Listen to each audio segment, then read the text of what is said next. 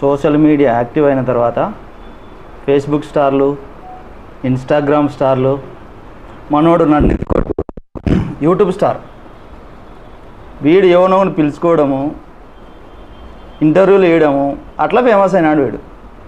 మనోని కడపలో ఏం లేక వాళ్ళ అమ్మ నాన్న తరిమితే వాళ్ళ పెదనాన్న కాలు పట్టుకొని వచ్చి నందికొట్టు చేరినాడు. ఇప్పుడు వాళ్ళ పెదనాన్నకు చెడ్డ చేరి వీడు మళ్ళీ వీని తరపున వీడే పిల్ల బచ్చా, మళ్ళీ వీనికి ఒక పిల్ల బచ్చా. వీడు ఆర్తర్ను ఎంత గోడ వచ్చినది ఎవరికి తెలుదా జనాలకు? ఈయన తయారు చేసిన మున్సిపల్ చైర్మన్ వీళ్ళంతా ఇప్పుడు టీడీపీలో చేరలేదా? మనోడు ఎవడో జగన్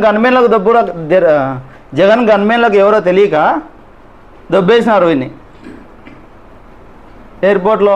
వీడియోలు లేవా? నువ్వు ఇసుక మైనింగ్ చేయలేదా? రైస్ చేయలేదా? ఈయనేదో మాట్లాడతాడు. నందికేటుకోలే అసలు నువ్వెవరో తెలుసా అసలు?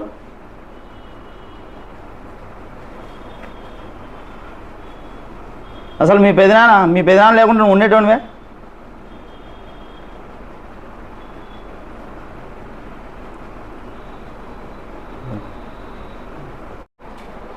నిన్న నంద్యాల వైసీపీ అధికార ప్రతినిధి నాగార్జున రెడ్డి ఈ పిల్లబచ్చ గారు నిన్న ఒకటి మాట్లాడాడు ఆలగడ్డ ఎమ్మెల్యే గారి గురించి, మిక్కేత్ రెడ్డి గారి గురించి. ఈ పిల్లబచ్చ గారు ఎవడో తెలియదు నాళ్ళు. ఈ పిల్లబచ్చకు ఇంకో పెద్ద పిల్లబచ్చ సపోర్టు బైరెడ్డి సిద్ధార్థ రెడ్డి. వీళ్ళు గత 5 ఏళ్లలో షాప్ చైర్మన్ ఉన్నప్పుడు 600 అవినీతి జరిగిన విషయం ప్రజలందరూ తెలిసే వీళ్ళని 11 సీట్లకు పరిమితం చేశారు. అయినా కానీ వీళ్ళకి ఇంకా పబ్లిసిటీ పిచ్చి పోలే. పబ్లిసిటీ కోసం పిచ్చి కోసం అని చెప్పి మీడియా ముందుకు వచ్చేది, ఇష్టం వచ్చేది మాట్లాడేది. అరే మా ప్రజలు చెప్పులతో కొడతారు అనే ఆలోచన లేకుండా ఇంకా ఇష్టం వచ్చేది మాట్లాడుతున్నారు. ఏదో మీ సొంత పత్రికలు వచ్చిన పేపర్లు పట్టుకొని టీడీపీ ఎమ్మెల్యేలు అవినీతి చేస్తారని మాట్లాడితే ఎట్లా? మీ సొంత పత్రిక లేకపోతే మీకు అసలు మీ పార్టీ ఉండదు, మీ పార్టీకి గతి ఉండదు. నీకు అసలు నువ్వు నందికొట్టుకులో మీ సిద్ధార్థ రెడ్డికి గతి లేదు. మీరు ఈరోజు వచ్చి మీరు పిల్లపచ్చేసారు మాట్లాడుతున్నారు ప్రెస్ మీట్ ముందుకు వచ్చేసి.